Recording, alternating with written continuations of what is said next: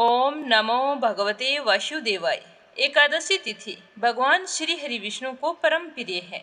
इस दिन व्रत रखने से हमारी सभी मनोकामनाएं पूर्ण होती हैं और समस्त पापों का नाश होता है। जब भी हम एकादशी का व्रत रखते हैं तो द्वादशी के दिन इसका पारण करते हैं। तो व्रत का पारण करने से पहले भगवान श्री हरि विष्णु की पूजा अर्चना करके एकादशी की कथा को अवश्य सुनना चाहिए। कथा को पढ़ने से या फिर सुनने से भगवान अति प्रसन्न होते हैं। तो आज निर्जला एकादशी व्रत का पारण है, जिसे भीमसेनी एकादशी के नाम से भी जाना जाता है। इस व्रत के प्रभाव से भीम को स्वर्ग की प्राप्ति हुई थी। तो आइए सुनते हैं पौराणिक कथा। धर्म ग्रंथों के अनुसार एक समय की बात है, शौनकादि 88,000 ऋषि मुनि बड़ी श्रद्धा से एकादशी व्रत की कल्याणकारी और पाप नाशक रोचक कथाएं सुनकर आनंद मगन हो रहे थे। तो इसी बीच कुछ ऋषियों ने जेठ शुक्ल पक्ष की एकादशी की कथा सुनने की प्रार्थना की। तब सूत जी ने कहा कि मैं आज आपको कथा सुना रहा हूँ, ध्यान पूर्वक सुनना।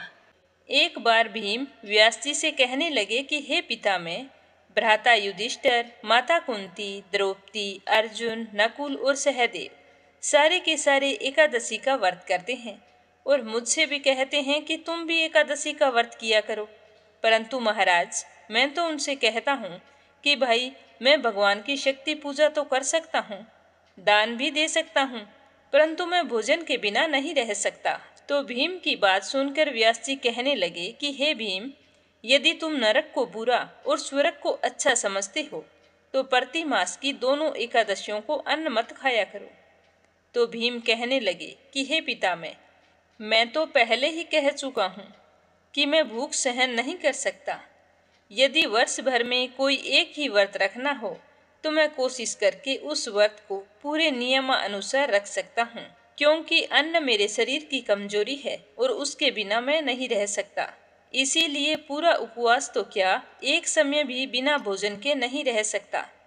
अतः आप कृपया करके मुझे कोई ऐसा व्रत बताइए जो साल में केवल एक ही बार करना पड़े और मुझे स्वर्ग की प्राप्ति हो। तो श्री व्यास जी कहने लगे कि हे भीम पुत्र, बड़े बड़े ऋषियों ने बहुत शास्त्र आदि बनाए हैं, जिनसे बिना धन के थोड़े परिश्रम से ही स्वर्ग की प्राप्ति हो जाती है। इसी प्रकार शास्त्रों में दोनों पक्षों की एकादशी का व्रत मुक्ति के लिए रखा जाता है। तो व्यास जी के वचन सुनकर भीमसेन नरक में जाने के नाम से भयभीत हो गए और कांप कर कहने लगे कि हे पितामह, अब मैं क्या करूं? मैं तो महीने में 2 व्रत तो नहीं कर सकता। हाँ, साल में 1 व्रत करने का प्रयत्न अवश्य कर सकता हूँ। तो व्यास जी कहने लगे कि वृषभ और मिथुन की संक्रांति के बीच जेठ मास के शुक्ल पक्ष की जो एकादशी आती है, उसका नाम निर्जला है। तुम उस एकादशी का व्रत करो। इस एकादशी व्रत में स्नान और आचमन के सिवा जल पीना वर्जित है।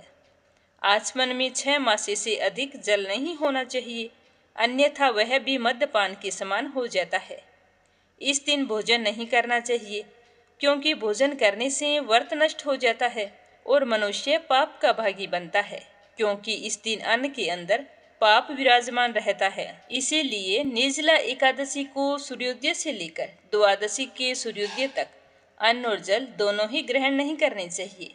द्वादशी को सूर्योदय से पहले उठकर स्नान करें, उसके बाद में विष्णु भगवान की पूजा करें, एकादशी की व्रत कथा को फिर से सुने और सूर्य भगवान को जल से अर्घ्य दें। फिर सुपात्र ब्राह्मण को भोजन करवाकर दान दक्षिणा देकर प्रसन्नचित मन से विदा करें। उसके बाद में स्वयं भोजन करना चाहिए। अगर इस तरह पूरे नियम अनुसार निर्जला एकादशी व्रत का पालन करता है तो उसे वर्ष की संपूर्ण एकादशियों का पुण्य फल प्राप्त होता है। तो व्यास जी कहने लगे कि भीमसेन, यह मुझको स्वयं भगवान ने बताया है और मैंने तुम्हें बताया है। इस एकादशी का पुण्य सारे तीर्थों और दानों में सबसे अधिक है। केवल एक दिन मनुष्य निर्जल रहने से पाप मुक्त हो जाता है। जो मनुष्य निर्जला एकादशी का व्रत करते हैं, उन्हें मृत्यु के समय यमदूत आकर नहीं घेरते और भगवान के पार्षद उसे पुष्पक विमान में बैठाकर स्वर्ग ले जाते हैं। अतः संसार में सबसे श्रेष्ठ निर्जला एकादशी का व्रत है। इसीलिए इसे पूरे यत्न के साथ करना चाहिए और पूरा दिन ओम नमो भगवते वासुदेवाय मंत्र का जाप करते रहना चाहिए। इस दिन गऊ का दान करना भी बहुत उत्तम माना जाता है। तो इस प्रकार व्यास जी की आज्ञा अनुसार भीमसेन ने भी इस व्रत को किया। इसीलिए इस एकादशी को भीमसेनी एकादशी के नाम से जाना जाने लगा। तो निर्जला एकादशी का व्रत करने से पहले भगवान की प्रार्थना करके कहना चाहिए कि हे भगवान, आज मैं निर्जल व्रत कर रहा हूँ और आपकी शरण में हूँ। आप मेरी रक्षा करें और मेरा व्रत अच्छे से पूरा हो, मुझे आशीर्वाद दे। मैं आज पूरे दिन अन्न ग्रहण नहीं करूँगा और पूरे श्रद्धा भाव से आपकी पूजा पाठ करूँगा। तो आप कृपया करके मेरे सारे पाप नष्ट करें। और सूर्य देव को जल से अर्घ्य देकर एक घड़ा पानी से भरकर ऊपर ढक्कन लगाकर या फिर साफ कपड़ा बांधकर साथ में एक लोटा या फिर गिलास का दान करना चाहिए। अगर संभव हो तो इस दिन सोने का दान भी बहुत ही उत्तम माना जाता है। जो मनुष्य इस व्रत को करते हैं उनको करोड़ पल सोने के दान का फल मिलता है। और जो इस दिन यज्ञ आदि करते हैं उनके पुण्य फल के बारे में बताना मुश्किल है। निर्जला एकादशी व्रत के प्रभाव से मनुष्य विष्णु लोक को प्राप्त होता है। जो मनुष्य इस दिन अन्न खाते हैं वे चंडाल के समान है, अतः वे नरक में जाते हैं। जिसने निर्जला एकादशी का व्रत किया है, चाहे वह ब्रह्म हत्यारा है, मद्यपान करता है, चोरी की है या फिर गुरु के साथ द्वेष किया है, तो इस व्रत के प्रभाव से उसके सारे पाप नष्ट हो जाते हैं और वह स्वर्ग का भागी होता है। हे कुंती पुत्र, जो पुरुष या स्त्री श्रद्धा पूर्वक इस व्रत को करते हैं, सबसे पहले भगवान का पूजन, फिर सूर्य को अर्घ्य, उसके बाद गौदान, ब्राह्मणों को मिष्टान व दक्षिणा देना, साथ में जल से भरे हुए घड़े का दान करना और साथ में वस्त्र और जूते दान करना चाहिए। बोलो विष्णु भगवान की जय हो। बोलो गणेश भगवान की जय हो। बोलो लक्ष्मी माता की जय हो। बोलो श्री हरि विष्णु के अनंत स्वरूपों की जय हो। एक समय की बात है, मूर नाम का एक दैत्य रहता था, रावण और कंस की तरह। वह भी बड़ा आतंक मचाता था। स्वर्ग में सभी देवी देवताओं को वह पीड़ा देता था। सारे लोग उससे दुखी होकर अपनी रक्षा मांगने के लिए श्रीमन नारायण की शरण में गए और जाकर प्रभु को प्रणाम करके कहने लगे कि मूर नाम के उस दैत्य ने हमारा जीना मुहाल कर रखा है। हे प्रभु, कृपया करके हमारा उससे पीछा छुड़वाइए। तो विष्णु जी ने उनकी सारी बात सुनकर कहा कि तुम चिंता मत करो, मैं उसे अपने आप संभाल लूंगा। तो अपने कहे अनुसार भगवान श्री हरि विष्णु आकर मूर दैत्य के साथ युद्ध करने लगे। अपनी सारी शक्ति लगाकर भी वे मूर दैत्य का कुछ नहीं बिगाड़ सके। तो भगवान को युद्ध बीच में ही छोड़कर वहां से भागना पड़ा और वे भागते भागते हिमालय की एक गुफा में जाकर छिप गए। मूर दैत्य भी उनका पीछा करते करते उनके पीछे पहुंच गया। उसे अपने बल और शक्ति का बहुत ही घमंड था। उसे पूरा विश्वास था कि कोई उसे हरा नहीं सकता। इसीलिए वह इस अहंकार के चलते भगवान श्री हरि विष्णु का पीछा करते करते उसी गुफा तक पहुंच गया। भगवान ने ध्यान करना शुरू कर दिया और उनके मन से एक शक्ति उत्पन्न हुई जो उनकी मानसिक शक्ति थी। तो इसी शक्ति ने बाहर आकर मूर को अपनी तलवार से मार डाला। हम जानते हैं कि शरीर में 10 इंद्रिय हैं, 5 ज्ञानेंद्रिय और 5 कर्मेंद्रिय हैं और 11वीं इंद्रिय है मन। संस्कृत में एकादशी का अर्थ है 11। यह देवी उनके मन भगवान की 11वीं इंद्रिय से निकली थी। इसीलिए भगवान ने उन्हें एकादशी के नाम से पुकारा था। इसीलिए एकादशी माता की उत्पत्ति का दिन उनके नाम से ही जाना जाने लगा। यह देवी एकादशी के अंतिम चरण के दौरान उत्पन्न हुई थी। इसे जयंती कहते हैं और उन्होंने द्वादशी के पहले चरण के दौरान दैत्य को मार डाला था। इसीलिए इसे समर्ति कहते हैं। भगवान ने उस दिन घोषणा की थी कि एकादशी के दौरान देवी के इस महान कार्य के कारण पूरे जगत में कोई भी पाप नहीं रहेगा। लेकिन पाप तो पहले से ही है। जब उसने यह सुना, पाप पुरुष आश्रय की तलाश में इधर उधर भागने लगे और पाप यह सोचने लगा कि एकादशी के दौरान मैं कहाँ रहूँगा। वह जहाँ भी जाता सभी उसे आश्रय देने से इनकार कर देते। अंत में पाप अन्न के पास गया तो अन्न उसे एकादशी के दौरान आश्रय देने के लिए सहमत हो गया। इससे पाप बड़ा ही प्रसन्न हुआ। तो माना जाता है कि एकादशी के दौरान सभी पाप भोजन में निवास करते हैं।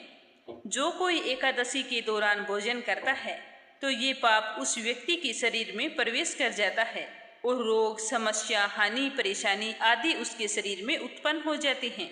एकादशी देवी को विष्णु कन्या भी कहा जाता है क्योंकि वह भगवान की मानस पुत्री है। उनकी मूर्ति पुरी में जगन्नाथ मंदिर और द्वारका धाम में स्थित है।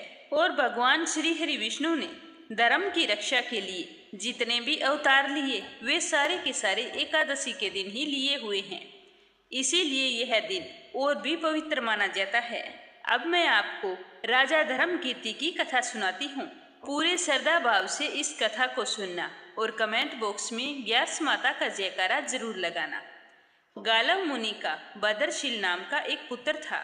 बदरशील छोटी सी ही उम्र से ही एकादशी का व्रत किया करते थे और एकादशी के सारे नियमों का पालन करते थे। तो गालव मुनि जब भी ऐसा देखते तो उन्हें बड़ा ही आश्चर्य होता और वो सोचते कि मैंने तो उसे कभी भी एकादशी के व्रत और नियमों के बारे में नहीं बताया, फिर इसे सब कुछ कैसे पता है। तो एक बार मुनि ने बदरशील से पूछा कि बेटा, तुम्हें इस व्रत को करने के लिए किसने कहा है और इतने सारे नियम तुम्हें किसने बताए हैं। तो वो कहने लगा कि पिताजी, मैं तो कई जन्मों से एकादशी का व्रत करता आ रहा हूँ। किसी भी व्यक्ति को अपना पिछला जन्म याद नहीं रहता। जब तक शिशु अपनी माँ के गर्भ में रहता है तब तक उसे अपने पिछले जन्मों की याद रहती है। जैसे ही वो जन्म लेता है तो अपने पिछले जन्म की स्मृति मिट जाती है। लेकिन मुझे तो अपने पिछले जन्म का सब कुछ याद है। तो उसके पिताजी बोले कि बेटा, मेरी जानने की इच्छा है, तुम पिछले जन्म में कौन थे और एकादशी का व्रत क्यों किया करते थे। तो बदरशील कहने लगा कि पिताजी, यह एकादशी व्रत की शक्ति थी जिसका मैं नियम से पालन किया करता था। उसी की वजह से मुझे अपने पिछले जन्मों की याद आज तक बनी हुई है। मैं पहले के जन्म में धर्मकीर्ति नाम का राजा हुआ करता था। मैं बहुत ही क्रूर था, मुझे कोई भी पसंद नहीं करता था। ऐसा कोई पाप नहीं था जो मैंने नहीं किया हो। एक बार मैं अपने सैनिकों के साथ शिकार खेलने के लिए वन में गया हुआ था। तो मैंने एक हिरण को देखा और अपने सैनिकों को उस हिरण को चारों ओर से घेरने के लिए कहा। तो साथ में मैंने ये भी कहा कि जो भी हिरण को भागने देगा मैं उसके पूरे परिवार को खत्म कर दूंगा। तो हिरण ने जब यह बात सुनी तो सोचने लगा कि ये बेचारी सैनिक, मेरी वजह से बेवजह इनका परिवार मारा जाएगा, पर मैं इनमें से किसी को कुछ नहीं होने दूंगा। तो वह हिरण कुछ सोचता हुआ मेरे पास से निकलकर भाग गया और मैंने हिरण का पीछा किया। सूर्यास्त होते होते एक घने जंगल के अंदर मैं जाकर फंस गया और हिरण वहां जाकर गायब हो गया। वो तो मुझे कहीं दिखाई नहीं दे रहा था और रात हो चुकी थी। तो मैं एक पेड़ के नीचे बैठ गया। मैंने उस दिन पूरे दिन कुछ भी नहीं खाया था और उस समय जैसे जैसे रात होती गई चारों ओर से खतरनाक जानवरों के गुर्राने की आवाज़ें शुरू हो गई। तो मैं ढंग से सो भी नहीं सका और बुरी तरह से डर गया और डर के मारे श्री हरि विष्णु से प्रार्थना करनी शुरू कर दी। उनके नाम का जप करने लगा। मैं इतना बुरी तरह से डर गया था कि सुबह होते होते मेरी मृत्यु हो गई। यमदूत मुझे लेने आए और यमराज के पास ले गए। तो यमराज ने पूछा कि तुम लोग इसे यहाँ क्यों लाए हो? इसका स्थान तो बैकुंठ में भगवान महाविष्णु के बगल में है।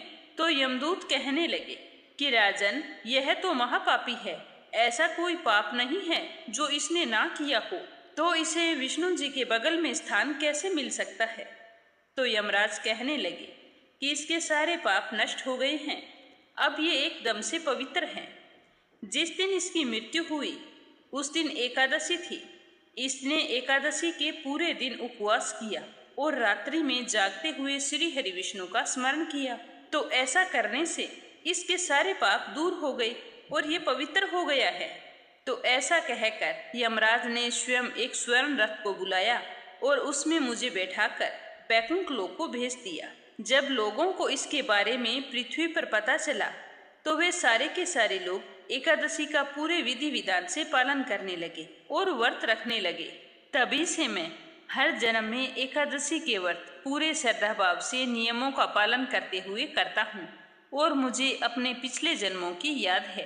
तो यह सुनकर उसके पिताजी गाला मुनि गदगद हो उठे और उन्होंने भी अपने पुत्र के साथ एकादशी के व्रत करने शुरू कर दिए। तो आज की कथा आपको कैसी लगी कमेंट करके जरूर बताना। भगवान आपकी सारी मनोकामनाएं पूर्ण करे। आप हमेशा खुश रहें, सुखी रहें। बोलो लक्ष्मीपति नारायण की जय हो।